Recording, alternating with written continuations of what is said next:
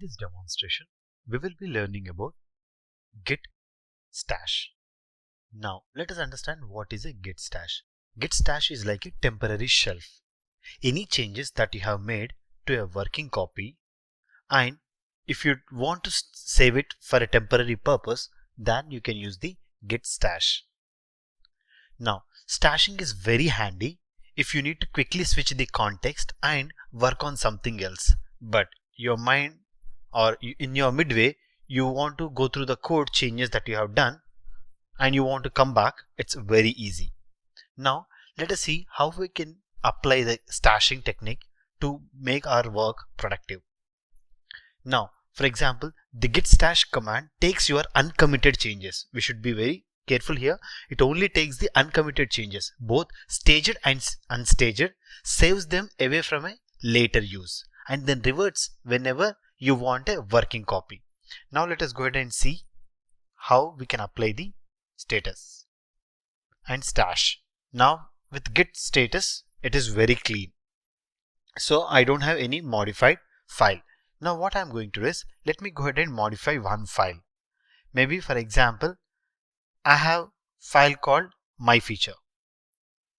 Okay. This is line 3 I have added. I just added a line. Okay, I'm good. And this is line 5 I have added. Great. Now what I have done is I have done a couple of changes in my feature. Let's go ahead and see the status. Git status. You can see it's modified. It is actually telling it as a file is modified. Now what I'm going to do is I'm going to stash it. You see, it is saying that save it to a working directory and index state WIP on master is this ID. File to text is added to the testing branch. This is my last commit that I have, that it happened. Now look at the status. You can see it is very clean. Okay, at this point you are free to make any changes.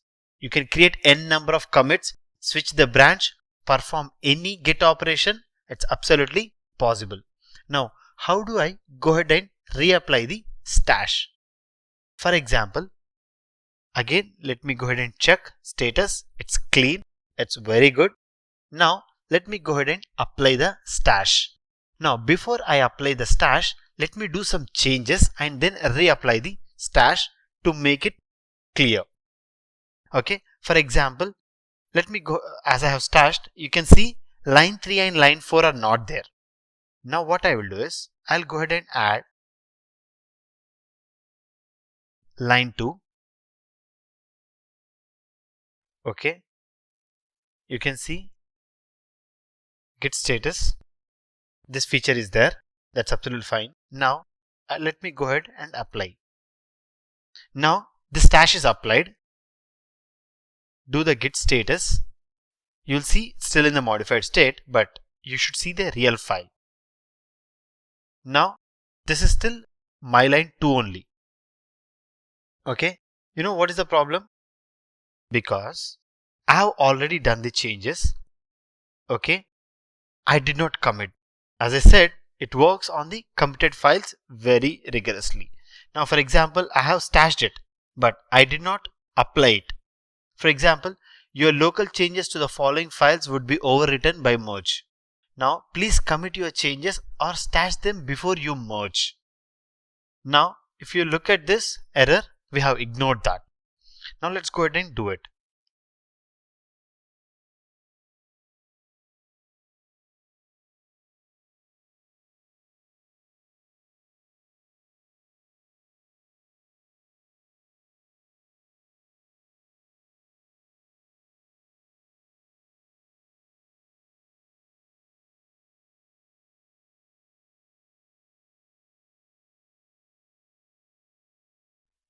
Now if you see, there is a merge conflict.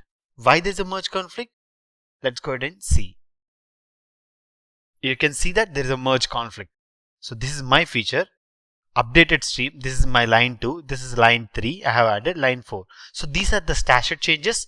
These are the existing changes. Now we need to fix them accordingly. For example, this is the upstream change, so I'm removing it, and this is a statute change. I'm saving the file after the conflict resolution. Then do the git stash apply. See, the needs merge is done. Now git status, git add, git commit, the regular changes, all conflicts resolved, and then git push origin master onto the remote server. I hope that was clear on the git rebasing, and I would suggest you to go ahead and practice as many number of times as possible so that you can understand how it exactly works with a hands-on. Looking forward to see you in the next video.